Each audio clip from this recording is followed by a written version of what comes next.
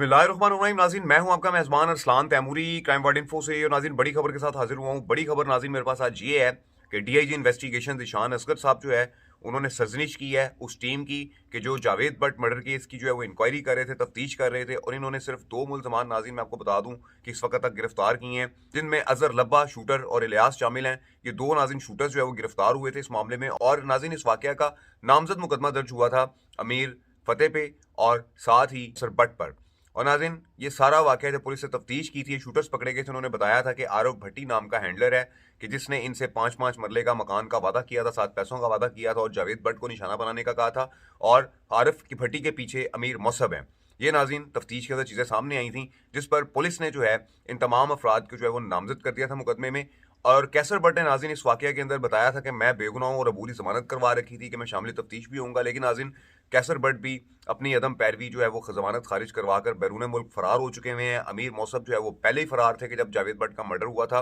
और अमीर फतेह जो है वो यहाँ पर थे, लेकिन अमीर फतेह चूंकि इस वाक़े के अंदर शामिल नहीं थे, वो अपने घर पर थे। सीसीटीवी फुटेजेस भी सामने आई हैं, इसलिए वो इस वाक़े के अंदर जो है वो बज़ाहिर तौर पर बेगुनाह नजर आ रहे हैं। लेकिन जो मेन मुल्ज़मान है इस केस के, अमीर मौसब और कैसर भट्ट और उनके साथ आरफ नाम का जो हैंडलर है, आरफ भट्टी नाम का हैंडलर है, इसकी गिरफ्तारी के लिए डीआईजी इन्वेस्टिगेशन ने सर्जनिश की है उस टीम की कि जो टीम इस सारे वाक़े की तफ्तीश कर रही है। नाज़रीन, मैं आपको बताता चलूं कि जावेद भट्ट मर्डर के पास एक जीआईटी तश्कील दी गई थी। बड़ा मसला बना था इसका, बड़ा झगड़ा हुआ, बड़ा फटा बना, जिसमें इनके भाई जो हैं, तीफी भट्ट के जो भाई हैं, उन्होंने भी जो है वो बड़ी इस मामले में जो है वो आवाज़ उठाई थी। और उसके बाद जीआईटी बनी, जिसमें शहजाद रफीक अवान साहब जो साबिक एसपी मॉडर्न इन्वेस्टिगेशन थे वो भी थे, आजकल वो डीपीओ भक्कर लगे हैं। उनके जाने के बाद ये जो जीआईटी है ये तकरीबन टूट फूट का शिकार हो चुकी थी। और उसके बाद से अभी तक जो है वो कोई मुलजिम गिरफ्तार नहीं हो सका इस मुकदमे के अंदर, जावेद भट्ट के मुकदमा के अंदर। तमाम मुलजमान जो हैं, जो नामजद मुलजमान हैं, कैसर भट्ट और अमीर मौसब, जिन्हें ज़िम्मियों में नामजद किया गया, ये नाज़रीन बैरून मुल्क फरार हैं। जबकि इनका जो साथी है जिसके जरिए काम करवाया गया, आरफ भट्टी, जो हैंडलर था इन दोनों शूटर्स का, अजहर लब्बे का और साथ ही इलियास का, इन दोनों शूटर्स का हैंडलर भी नाज़रीन जो है वो इस वक्त तक गिरफ्तार नहीं किया गया। जिस पे डीआईजी इन्वेस्टिगेशन ज़ीशान असगर ने इस टीम की सरजनिश करते हुए फौरी तौर पर इन मुल्ज़मान को गिरफ्तार करके अदालत के कटहरे में लाने की जो है वो बात की है। और उन्होंने कहा है कि इन्हें फौरी तौर पर गिरफ्तार किया जाए। ये नाज़रीन सूरत हाल है। नाज़रीन, आपको याद है कि जावेद भट्ट मर्डर जो है ये अमीर बालाज के मर्डर का जो है वो बदला था। और ये बदला लिया गया, अमीर मौसब वगैरह की जानिब से शूटर्स छोड़े गए और फिर ये काम करवा कर उसके बाद अमीर मौसब उस वक्त से बैरून मुल्क फरार हैं। और साथ कैसर भट्ट उसने भी इंटरम करवा रखी थी और इंटरम अदम पैरवी खारिज करवा कर ये भी बैरून मुल्क फरार हो गए, क्योंकि कैसर भट्ट ने इंटरम अपनी इसलिए करवाई थी कि शायद इन लोगों की इस वाक़े के अंदर सुलह हो जाए और वो इनके बयान दे दें। लेकिन नाज़रीन, ये सुलह नहीं हो सकी। बड़ी लोगों ने बातें की कि जो सुलह हो रही है, आज हो रही है, कल हो रही है। और ये भी बातें सामने आई कि कैसर भट्ट ने अपनी हद तक जो है वो सुलह कर ली है या करने की कोशिश की है। लेकिन नाज़रीन, इस किस्म की कोई भी जो है चीज़, मुसद्दका चीज़ सामने नहीं आ सकी। ना तीफी भट्ट ने सामने आके तस्दीक की सुलह की, ना कैसर भट्ट ने सामने आके तस्दीक की सुलह की। अलबत्ता 2-4 एंकर्स हैं, वो अपने तई अपने आप बताते रहे कि जी सुलह हो गई है, सुलह हो रही है, बात खत्म हो जाएगी।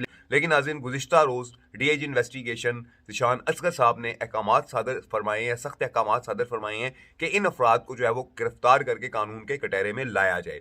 ये नाज़रीन सूरत हाल है कि डीआईजी इन्वेस्टिगेशन ज़ीशान असगर साहब ने बैरून मुल्क फरार मुल्ज़मान, जिनमें कैसर भट्ट, अमीर मौसब और आरफ जो है, जो हैंडलर था अजहर का और इलियास का, इनकी गिरफ्तारी के जो है वो अहकामात जारी किए हैं। नाज़रीन, मैं आपको बताता चलूँ कि जावेद भट्ट जो है ये तीफी भट्ट के बेनोई थे और इनका जो मर्डर है ये अमीर बालाज के मर्डर के बाद बदला लिया गया था अमीर मौसब की तरफ से। और शूटर हायर किए गए थे इन्हें मर्डर करवाने के लिए। और वो इन्होंने ये काम करवाने के बाद ये बैरून मुल्क उस वक्त, अमीर मौसब उस वक्त बैरून मुल्क ही बैठे थे, जबकि कैसर भट्ट और अमीर फतेह यहाँ पर थे, जिस पर इन पर नामजद मुकदमा दर्ज हुआ था।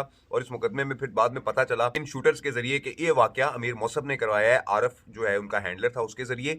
जबकि अमीर फतेह जो है वो इस वाकया के अंदर बज़ाहिर बेगुनाह नजर आते हैं। लेकिन नाज़रीन, इसमें नामजद मुल्ज़मान जो हैं वो मफरूर हैं, फरार हैं, कुछ बैरून मुल्क फरार हैं। और जो आरिफ है उसके बारे में भी यही बताया जा रहा है कि वो भी बैरून मुल्क फरार है। अब देखते हैं कि इन्वेस्टिगेशन टीम जो है वो दुबई से इन मुल्ज़मान को लेकर आती है। दुबई है या कनाडा है, जहां पर भी ये मुल्ज़मान छुपे हुए हैं, इन मुल्ज़मान को पाकिस्तान लाया जा सकता है या नहीं लाया जा सकता। नाज़रीन, इसमें मैं आपको एक अहम बात बता दूं कि बालाज मर्डर केस के अंदर भी जो हमलावर था वो मौके के ऊपर ही मारा गया था और उसका जो सहूलतकार था एहसन शाह, वो भी एनकाउंटर में मारा जा चुका है। लेकिन नाज़रीन, तीफी भट्ट इस वक्त जो है वो बैरून मुल्क मुकीम है। जो इसके मेन किरदार थे, जो मेन मुलजिम थे, जिन्होंने सारा वाकया करवाया था, वो इस वक्त बैरून मुल्क फरार हैं, वो भी गिरफ्तार नहीं हो सके। और यहाँ पर भी इसी तरीके से इस केस में भी यही हुआ कि मेन मुलजमान जो है वो बैरून मुल्क जाके बैठ गए, जबकि जो छोटे जिनसे काम करवाया गया, जो हैंडलर्स थे या जो शूटर्स थे, वो पुलिस ने गिरफ्तार कर लिए हैं और पॉसिबिलिटी है कि उनका भी एनकाउंटर सामने आ जाए। लेकिन नाज़रीन, चूंकि ये मुलजमान इन्वेस्टिगेशन पुलिस की हिरासत में है, तो इस किस्म की कोई चीज़ तो सामने आने से रही। हाँ, अगर ये ऑर्गेनाइज़ क्राइम यूनिट के पास होते तो शायद अब तक इनका एनकाउंटर हो चुका होता।